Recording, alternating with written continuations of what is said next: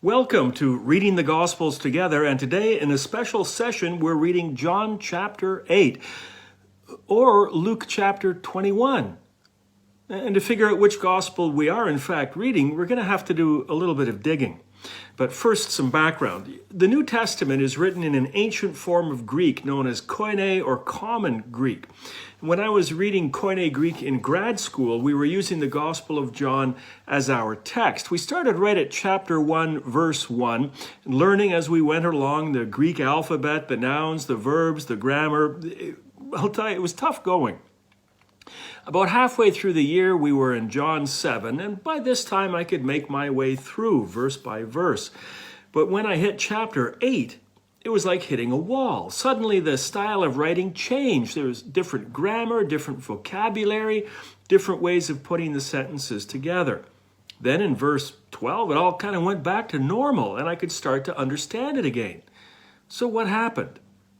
Well, what happened was the disciples of John who were putting the gospel together and the translators who followed them decided to paste this story into the Gospel of John, the story of the woman caught in adultery, and not change a single word from its original telling. So again, what's happening? Well, remember that John wrote his gospel at the urging of his followers, his disciples, in order to supplement what they felt was missing in the gospels of Matthew, Mark, and Luke, which were in wide circulation by this point. Now, John's followers had heard many stories about Jesus from John, which were not in these other gospels. And so John agreed that his recollections would be put into print. Most of the work was probably done just prior to John's death, and certainly chapter 21 of John was done after John's passing. But where did chapter 8 come from? Well, while English translations of the Gospels make them all sound kind of alike, in their original language they sound very different. The easiest way to describe this is to think of the different writing styles as listening to people with different accents. We can tell pretty quickly when someone is speaking with an accent different than ours. Not only a French or Asian or German accent, for instance, but even regional dialects. If someone is speaking English, but they're from Newfoundland, say, or from Alberta, they can be speaking English, but they do so differently.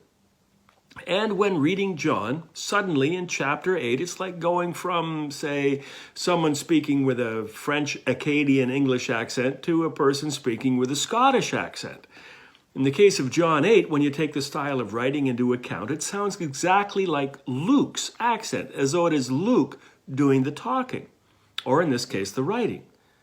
But the story isn't in Luke anymore. In fact, we can't even see where it fits right into the Gospel of Luke, right after Luke chapter 21, verse 38, where Luke 21 ends.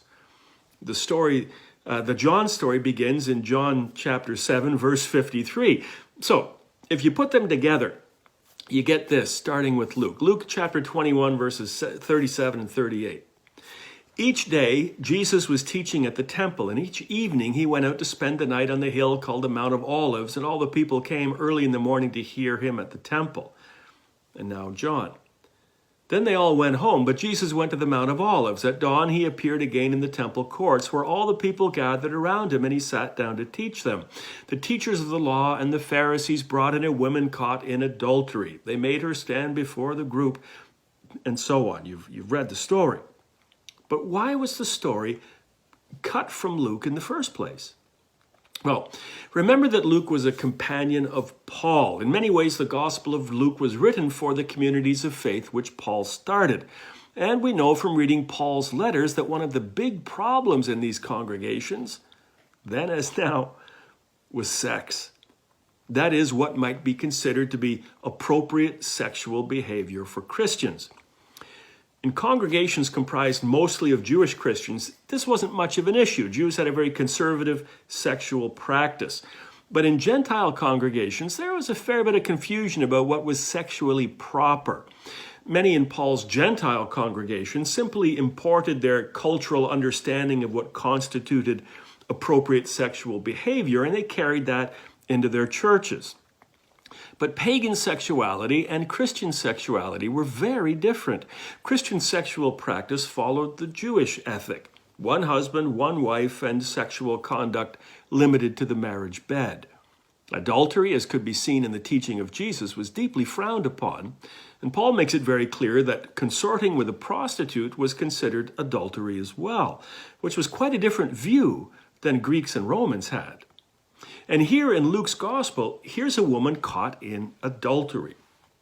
It seems as though Jesus goes very lightly on her, rejecting the demands of her accusers for her to be punished by stoning, famously challenging them by saying, "You who are without sin, cast the first stone." Her accusers, shamed by Jesus, wander away. Jesus says to the woman, "Neither do I condemn you." Now, mind you, he also says, "Go and sin no more," leaving in no doubt the sinful nature of her behavior. But nevertheless, for Paul's Gentile churches, this story was regarded as dangerously liberal and may well lead to a loose interpretation of the seriousness of adultery and of sexual sin. Since they were already really struggling with this issue, it was thought best maybe just to leave this story out. And in the copies of Luke's Gospels which they produced, they did just that. But respecting the fact that the story was original and authentic to Jesus, it remained in independent circulation, not as part of the Gospel of Luke, but on its own for the congregations which could safely use it. And one of those congregations was John's. For whatever reason, it was not considered as dangerous, perhaps because it does end with a stern, "Go and sin no more." So the assemblers of John's gospel, to make sure that this very genuine story of Jesus and the woman caught in adultery not be lost, included it in their gospels in an appropriate place. Appropriate because, as in Luke 21, John's chapter 7 and 8 take place in the Jerusalem of the temple grounds. It could easily be seen that if you take the adultery story out, John flows quite nicely from chapter 7, verse 52, right into chapter 8, verse 12. Check your own Bible's footnotes. Most modern Bibles will give you a short explanation. So, the wandering story of the woman caught in adultery found a permanent home and is preserved for us today. But there's something else we can learn other than the story's powerful lesson against spiritual pride. And the lesson is rooted in the strong Lucan accent which remains. You see, John's disciples, in placing this story in their own gospel, and the translators who followed doing the same, didn't rewrite the stories in their own words or their own accent, if you will. They had such respect for it as a true gospel story that they didn't change a thing, despite how awkward the sudden transition from John to Luke to John must have sounded. They chose to quote Luke verbatim. Now that tells us a lot about the respect and the reverence the early Christians had for the Gospels. So important did they regard it that you didn't even change the accent of a story, let alone the lesson or the words. John's followers who put together his gospel, and the translators like Jerome, who made sure the story was restored, displayed courage in the face of criticism and fear, and confident that the words of Jesus would prevail. And so they have, and we have this remarkable story to this very day. Now, next time, we're back to firm ground in the Gospel of John and the Feast of Tabernacles, and to Jesus, the light of the world. We'll see you then. And in the meantime, go and sin no more.